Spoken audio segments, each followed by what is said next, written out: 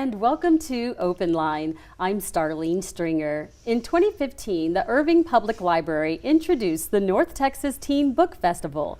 It exceeded all expectations and has quickly become the place to be for teens who love books and the people who write them. On this edition of Open Line, we'll hear what led to this remarkable accomplishment and what we can expect from this year's event. We'll talk first with Mary Hinson, Senior Library Assistant and official NTTBF spokesperson. And then later in the show, we'll hear from other key players who helped to make the North Texas Teen Book Festival such a huge success.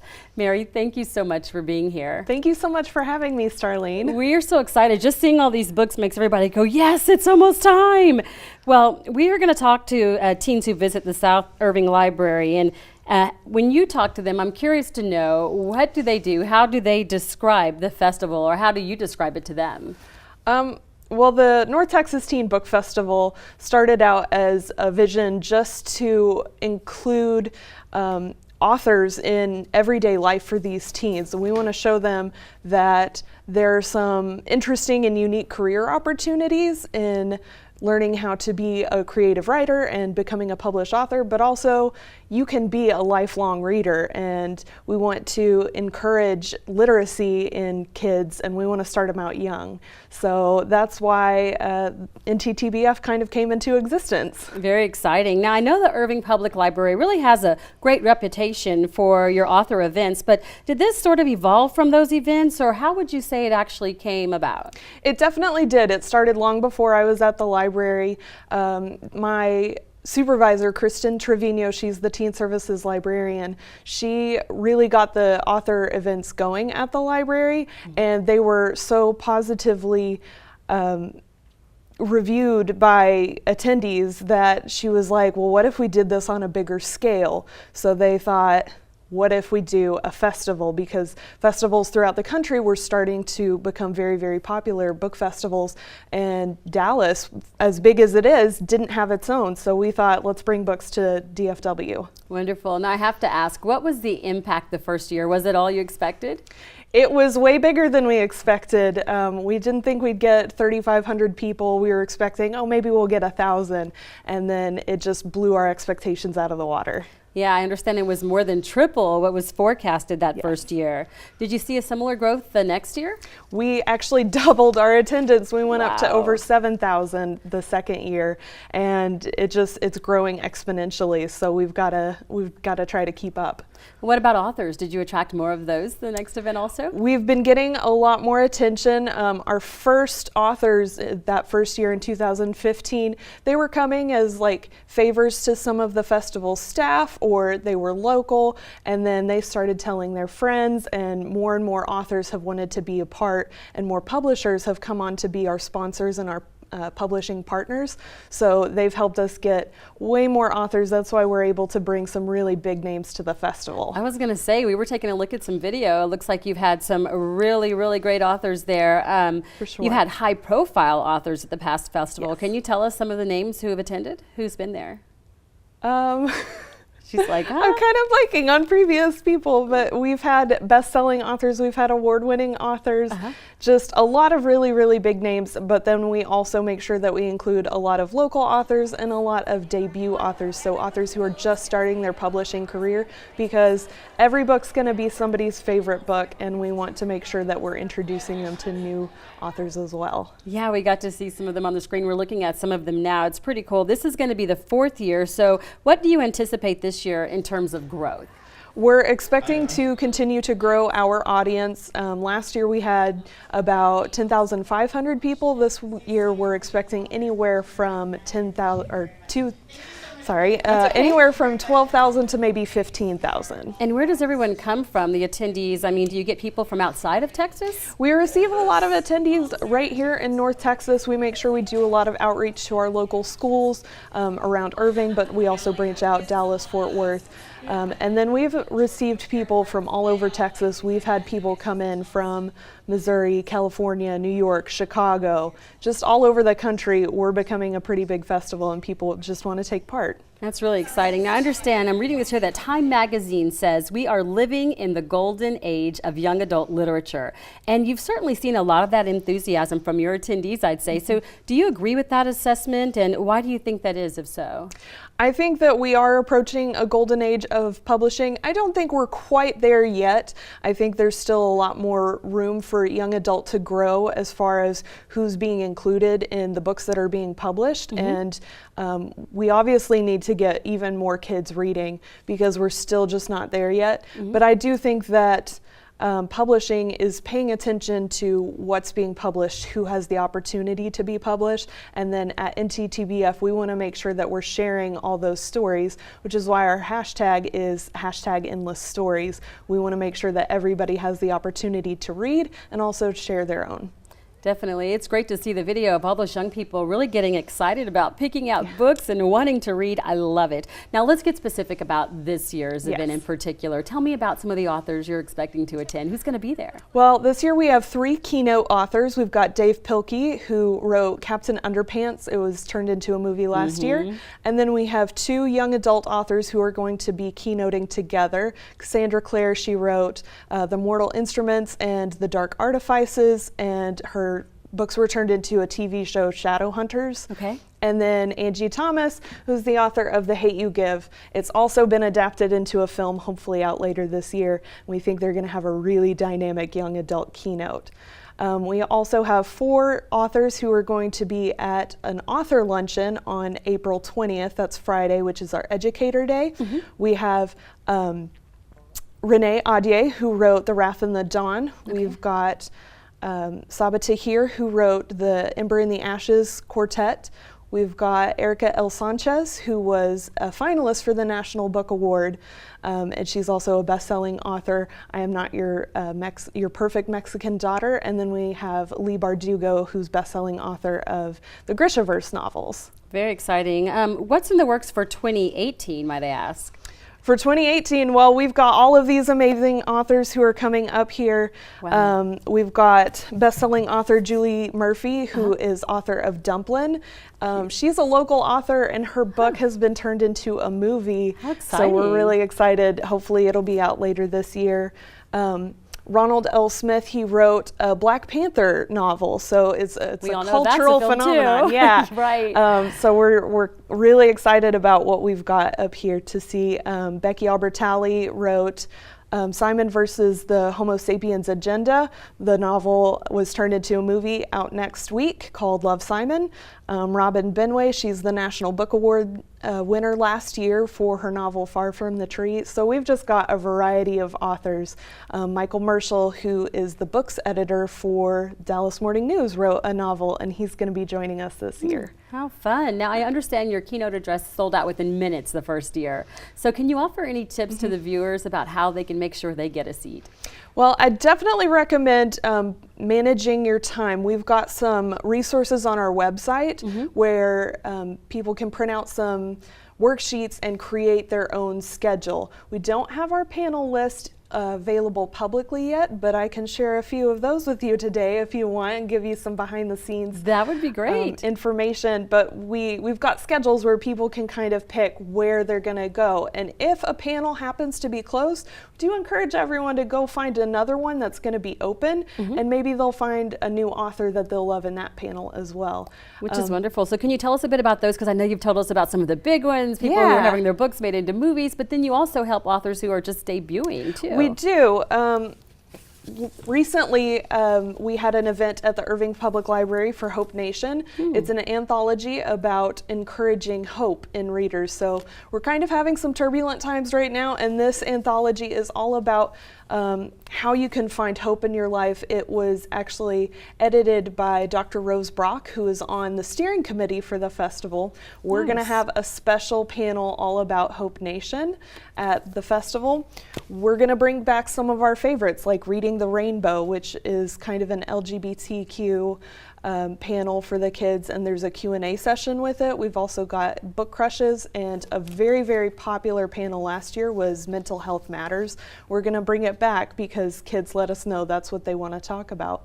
We have some fun, like book genre and character panels where they can talk about world building and crafting and writing different kind of characters and tropes. But then we also have a lot of panels that are going to be interactive, such as an audiobook panel where kids get to play a game show, and a graphic novel draw off where they'll get to compete against authors and graphic novel artists. And then we also have some great, more realistic, contemporary panels where we're going to be talking about real life. So we've got some that are called Ripped from the Headlines and Girl Bosses, talking about girls who are really powerful and amazing. One of the authors who will be with us is Marley Diaz, who is a 13-year-old activist who started the hashtag 1000 Black Girl Books. Oh, wow. So she's going to be here to talk about her book and activism and how to be a strong, powerful woman, even if you're a teenager. I love it. Your authors all seem to come from different backgrounds. It's a very diverse group. Is that done intentionally? It is. We want to make sure that we're not telling one type of story with our author lineup. We want to make sure that there are endless stories represented in the festival. So we want to make sure that we've got authors who are coming from all walks of life who are sharing different stories and backgrounds. We want to make sure that we've got different fantasy stories, different contemporary stories, horror, sci-fi. We want to make sure there's all kinds, and we need to make sure that our author lineup is inclusive and positive, because we want to make sure that kids who identify with those authors and those stories are getting to see them front and center. I love it. And so not only do people that attend actually get to hear from these authors in person, but they also have the opportunity to get autographs from them. Can you tell us what people need to know about these sign lines and what they need to do to be prepared? Sure. The signing line, we like to call it the cherry on top of a sundae. So we've got our Educator Day on Friday for educators, and then we've got Festival Day where they get to talk to the authors, ask questions, and hear about books. And then the signing is just like a really great bonus. So you might get a few minutes to talk one-on-one with a couple of authors and get some books signed. I do recommend paying attention to our signing line guidelines. Those are available on our website, nttbf.org. Just follow instructions, listen to the staff members who are giving instructions. And I recommend definitely prioritizing where you're going to go, because with 76 authors and with possibly 12,000 people coming to our festival this year, there's no way everyone's going to be able to meet all 76. Oh, man. But we do think that you can meet a lot if you just prioritize where you're going. Good advice. A couple of our guidelines is that you can only have 3 books signed by one author at any given time. So for some of our authors, they've written a ton of books. We've got some very prolific writers. So just pick your favorite 3 and get in line, and you'll be able to talk to them about those books. We also have what we call prepping the books. So we need to, what we call, flap them. Okay. So with a book, every book has a title page, and it's the page that has the title of the book as well as the author. And what you do here is you just, if it's got a dust jacket, you flap the dust jacket and then put a little Post-it note with your name. And then the writer is actually going to write "To Mary" on that book. How smart. And that's so that they always have your name spelled right. For a paperback, what you would do, you find that same title page. And then this one's for Starlene. Look at that. You've already got one prepared Yeah. for me. Thank you. And you just stick it in there. This one doesn't have a dust jacket, but you just stick it in there like that with the name sticking out. And then the authors will always spell it correctly, and you'll have a precious memento of your amazing day at MTSU. Well, thank you for that. TTBF. Yes, thank you so much for that tip. Hopefully people will do that before they come. It'll make things go a lot faster, I'm sure, too. Now, speaking of faster, I know another feature people really love is talking about speed dating. Speed dating, yes. We've got this really special program where not every kid is able to afford their own books. We've got a lot of Title I schools that bring kids in, and we want to make sure that they also have the opportunity to get a book signed by an author. So we purchase about 500 books, and we bring them in and give them to teens who come in and get a wristband. So it starts at about 8 a.m. and we pass out just regular wristbands, and they'll have a time. So we do it at 10 and 11, so that it doesn't conflict with lunch for all those school groups. But you get a wristband, and then you have a setup kind of like this where we've got our books set up, and then we have volunteer librarians and teachers who talk about the books with the kids. Kids get to pick one of those books to take home with them, and they can take it to the signing to meet the author. And all of these books that I brought here today are going to be available through speed dating. Very nice. Now we're going to talk about Educators Day a little later in the show, but I know a lot of authors who attend say that this is the one festival they would attend if they had to choose and just make it one. This would be the one. Why do you think that is? Well, our numbers as far as getting teenagers into seats and in front of those authors are pretty high. We had about 10,000 people last year, and I would say at least 8,000 were teenagers. And that you can't get that kind of author to audience ratio. You can't get those numbers hardly anywhere else. So we're making sure that they're getting the opportunity to talk to their audience and that key demographic. Also, we do have Educator Day, and that's just an opportunity for the authors to talk about how to encourage literacy with teachers. So to give them an idea of how to talk about literacy in the classroom. Now, in addition to all these book opportunities to get them autographed, I know a lot of people talk about something else when they leave, and that is the swag bag. Yeah. I can't let this segment of the show in without talking about that. I understand you guys give out some merchandise there too. Tell us about it. We do. We have a lot of really great merchandise. It's all designed in-house. So like we've got our classic NTTBF t-shirts. Very cute. Yeah. We've got this available in a variety of colors. It's the softest t-shirt you're ever going to wear in your life. We've also got some enamel pins, which are super popular with the teens these days. We've got pop sockets for your phone, water bottles, all sorts of goodies. And then we also have publishing partners who are going to have some special swag as well. How fun. We were looking at some of the things you have to offer, and we're going to take a little break and really enjoy some more swag fashion, and then we'll come back with part 2 of the show. Thanks.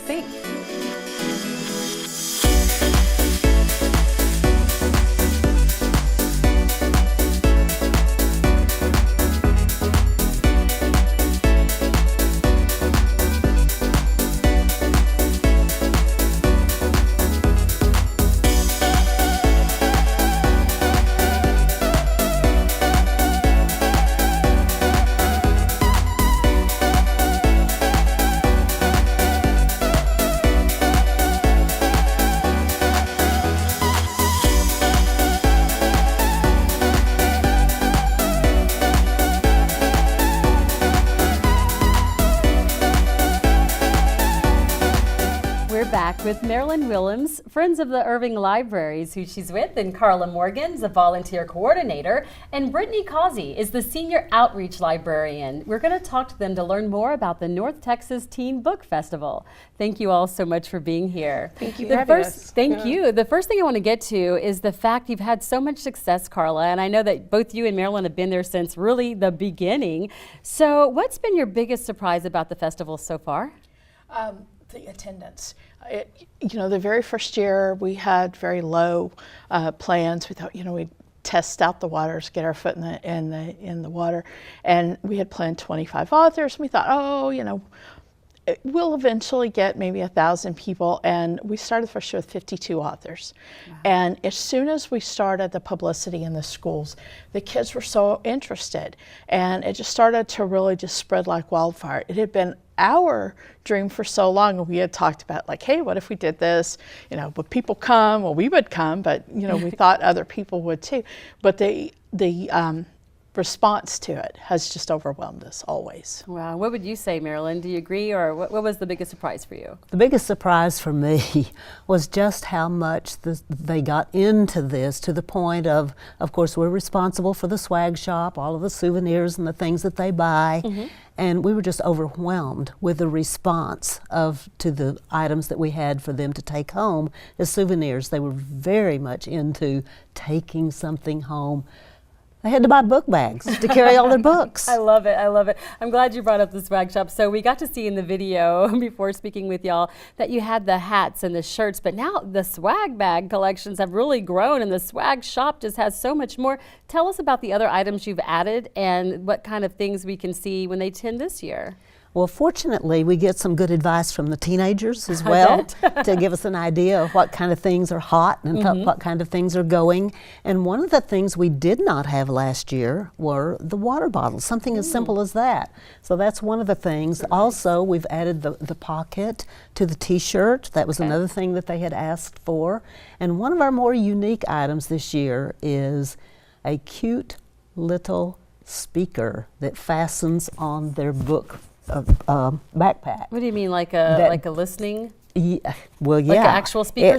Yes, and it actually is Bluetooth with their iPhone or wherever they have their music, so that they can just enjoy that as they go along, walk home, whatever it happens to be. It's an audiobook, right?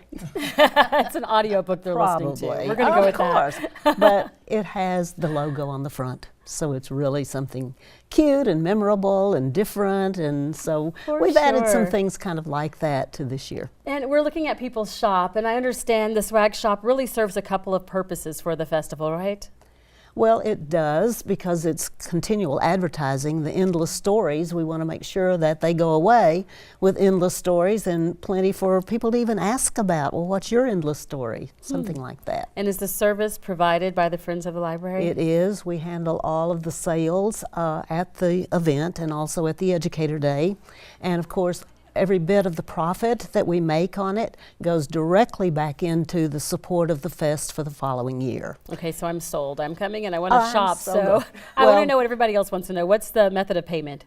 How can you pay? We can pay. We take cash, we take credit cards, or we take checks, even when people rarely use them anymore. But right. Yeah. So when people do come and spend, where do the proceeds go? Every penny of the proceeds go right back to funding the next year's festival. Beautiful. Yeah, we're really proud of that. Well, I can't help but look at you, Brittany, see the great shirt you have on from the swag shop and see hashtag NTBF. So let's talk social media. When you talk about young people, you know that they're all over social media. Everyone is these days. So how big a role has social media played, would you say, in the success of the festival so far? I think a big part. People are sharing kind of the pictures of the books that they're excited about and the authors they're going to be meeting. We do have the hashtag NTTBF. Sometimes we'll do the NTTBF and then the year, so this should be NTTBF 18. And we have a Facebook page for it, so people are getting excited, and we're also sharing on social media about other author events that we're having at the libraries. For example, we recently had an author event for Hope Nation, and all those authors will be coming back for the festival. And so, yeah, I think a lot of the kids, they're spreading the word about it, and so it's getting more people interested into the festival through social media. Really great. And not only are the kids excited, but so are the educators. And Carla, I know back in 2016 you added an Educators Day. Tell us about that. Educator Day allows educators and librarians to attend to directly speak with the authors on ways to incorporate literacy in the classroom, to incorporate contemporary books into the classroom, not just the same old classics, which tend to turn teens off of reading more than onto it. And the conversations that are had on that day are all about learning and how to tie the teens together. We started out with a half day, and it's grown to a full day. Educators in attendance will register through either Region 10 or Region 11. If you're an educator, you know what that is. If you're not, you can get to it on the webpage. And they can attend multiple panels. There will be a breakfast in the morning put on by Scholastic Press. And then there's the luncheon, which is a paid luncheon to attend, and there are special keynote authors at that event. But the educators who attend can earn continuing education credits as well. That's nice, so that's a draw. We also have a good number of college students in childhood education and librarianship that are coming along as well. Well, an event this big definitely takes a lot of manpower to pull off. So, yes. Brittany, I understand you have a lot of volunteer opportunities, correct? Yes, we do. We have a lot of those spots that you can use to sign up are on signup.com. Carla is the volunteer coordinator for NTTBF. And we need, if you can volunteer for an hour, if you want to do for a few hours or through the whole day, we're looking for tons of volunteers because like you said, we need a lot of people to help put it on. We don't take teen volunteers because we want the teens to actually enjoy the day. We want them to participate and go to the panels, so we do ask for adults only to volunteer. Okay. So if, for example, if you have kids that are coming and you're a parent and you'd like to volunteer to help put it on for the day, we'd love to have you. Wonderful. And Carla, what do people need to know about volunteering and signing up for it? Well, there's everything from helping us get the multitude of buses in the little loop and drop off the kids and park. One of our absolute favorite pictures was taken by an author last year from the 4th floor of the convention center, and it's buses as far as you can see on 2 sides of the road. So that's just always appealed to us a lot because the representative number, but we need bus greeters, we need people in the lobby to pass out the programs, we need folks to help the kids find their directions once they get on the upper floors. The biggest need is for signing line. Those 76 authors are going to sign books at the end of the day, and we need people who can give us an hour and a half to 2 hours of time to help police the lines. You know, they're going to hold a paddle that says this is a line for Lee Bardugo. This is, you know, the person at the front of the line is going to help them get their book prepped at the last second, and so that they maximize their time in front of the author. Help the kids find their way to the most authors that they can in that time. And it's a huge undertaking. The more people we have, the smoother it is for the kids and the better their experience is. So. Well, we hope they have a wonderful time this year. In fact, we know they will. Volunteers are going to come through, and I know Maryland sponsorship's important too, and fundraising. So hopefully people will get involved with that and do more and help us have a backpacked house so that all these sales go great, right, at your swag shop. Exactly. The Friends volunteers, the Friends are volunteers, and their volunteerism, they run 3 swag shops on 3 floors, and Maryland brings in community volunteers from just everywhere that come in addition to help, and so it's a great partnership. Everybody wants to come. Something important to add is when is it? Very important. When is it? Our mayor, Rick Stouffer, and his wife volunteered last year, and they're already excited and getting ready for this year, as well as some of our city council members, Kyle Taylor, for example, who also is with Irving Cares. Big supporter. Wonderful. Right there working along with everybody else. Well, we want to be there to support you too. That is a real endorsement, I think, of the Teen There Fest. you go. We are out of time, but I want you to tell everybody when it is so they can be there too. The actual full day festival is April 21st, Educator Day the day before, April 20th. Again, you sign up on the webpage. There are separate links for Educator Day, for Festival Day, for all the authors attending, and a place to sign up to volunteer. Thank you, ladies, for being here. And thank you for watching. I'm Starlene Stringer. Next time, it's our Open Line election special. We are inviting all of the candidates for City Council to talk about the issues important to them. Hear those messages next time on Open Line. We'll see you then.